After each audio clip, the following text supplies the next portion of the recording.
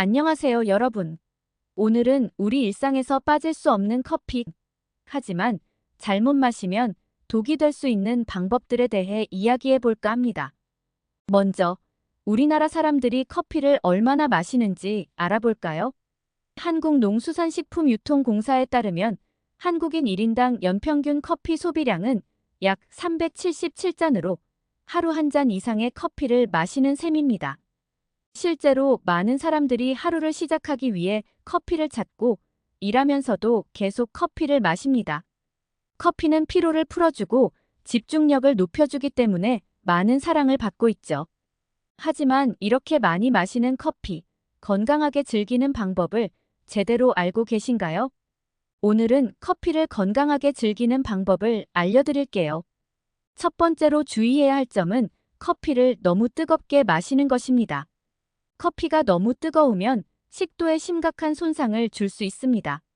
세계보건기구 WHO는 65도 이상의 뜨거운 음료가 식도암의 위험을 높일 수 있다고 경고합니다. 2016년 발표된 연구에서는 뜨거운 음료를 자주 섭취하는 사람들 중 식도암 발병률이 평균보다 높다는 결과가 나왔습니다. 뜨거운 음료가 식도에 민감한 조직을 자극하여 지속적인 손상을 줄 수 있기 때문입니다. 또한 너무 뜨거운 커피를 마시는 것은 입안의 점막과 혀에도 손상을 줄 수 있습니다. 뜨거운 음료는 미각세포를 일시적으로 둔하게 만들어 음식을 제대로 맛보지 못하게 할 수 있습니다.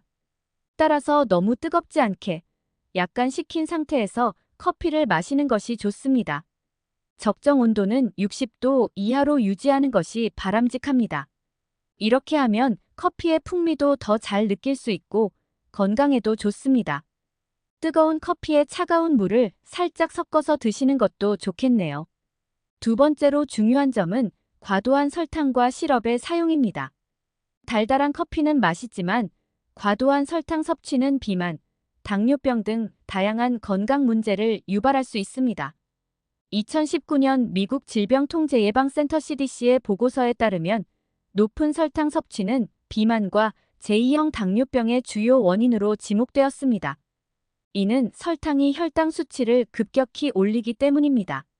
혈당이 급격히 오르면 인슐린 저항성이 생기고 이는 당뇨병으로 이어질 수 있습니다. 또한 설탕이 많이 든 커피는 칼로리가 높아 쉽게 체중 증가로 이어질 수 있습니다. 하루에 한 잔씩 마시는 달콤한 커피가 쌓여 비만을 유발할 수 있는 것이죠. 설탕이나 시럽을 줄이고 커피 본연의 맛을 즐기는 것이 좋습니다. 설탕이나 시럽 대신에 스테비아나 자일리톨 같은 천연 감미료를 사용하는 것도 좋은 방법입니다. 이들은 설탕보다 칼로리가 낮아 건강에 더 좋습니다. 무가당 아몬드 밀크나 코코넛 밀크를 추가해 부드러운 맛을 더하는 것도 하나의 방법입니다. 이렇게 하면 설탕 섭취를 줄이면서도 커피를 더욱 맛있게 즐길 수 있습니다. 오늘은 믹스커피 대신에 블랙커피를, 카페에서는 달달한 커피보다는 아메리카노를 즐겨보는 건 어떨까요? 세 번째로 주의할 점은 공복에 커피를 마시는 것입니다. 빈속에 커피를 마시면 위산 분비가 촉진되어 위벽에 자극을 줄 수 있습니다. 이는 위염이나 소화불량을 유발할 수 있습니다.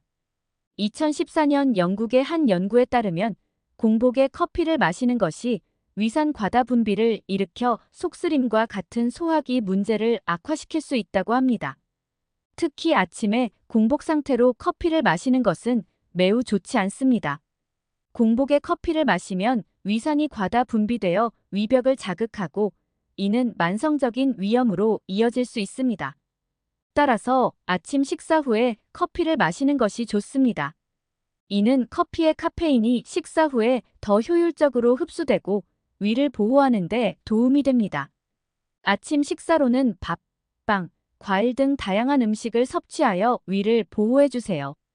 식사 후에 커피를 마시면 카페인이 적절히 흡수되어 피로를 덜어주고 집중력을 높이는 데도 도움이 됩니다.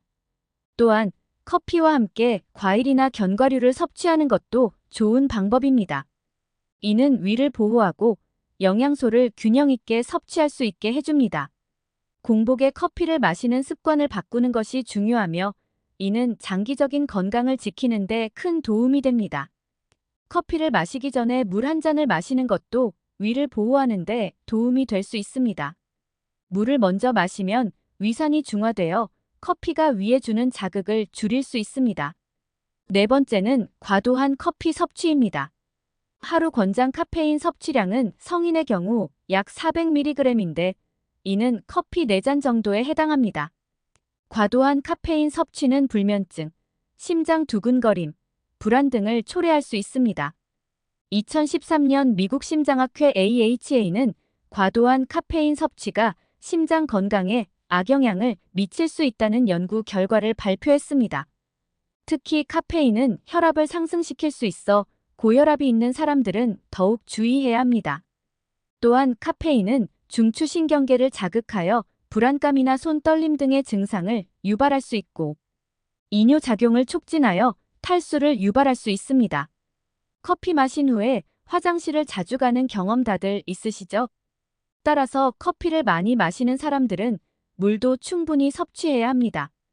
카페인 섭취를 줄이고 싶다면 디카페인 커피나 허브차를 고려해보는 것도 좋습니다. 디카페인 커피는 카페인 함량이 적어 밤에도 부담 없이 마실 수 있습니다.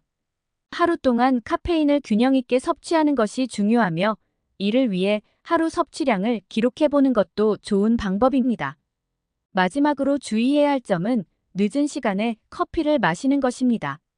카페인은 각성 효과가 있어 잠을 방해할 수 있습니다. 수면의 질을 위해 저녁 이후에는 커피를 피하는 것이 좋습니다.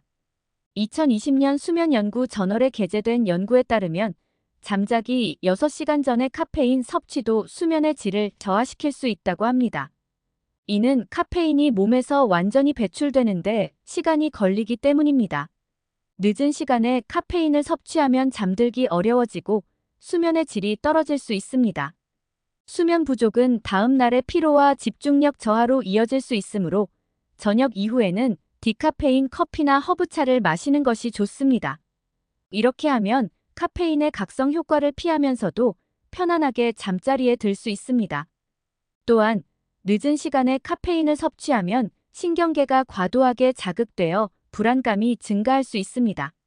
수면의 질을 높이기 위해 저녁 시간에는 카페인 대신 따뜻한 우유나 카모마일 차를 마시는 것도 좋은 방법입니다. 카모마일 차는 진정 효과가 있어 편안한 수면을 도와줍니다. 마지막으로 늦은 시간에 간단한 스트레칭이나 명상을 하는 것도 수면의 질을 높이는 데 도움이 됩니다.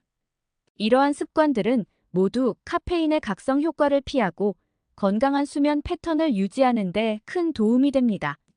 오늘은 커피에 대한 위험성과 건강하게 마실 수 있는 방법에 대해 알아보았습니다. 우리 일상에서 너무나 중요한 커피, 그러나 잘못된 방법으로 마시면 건강에 해로울 수 있습니다.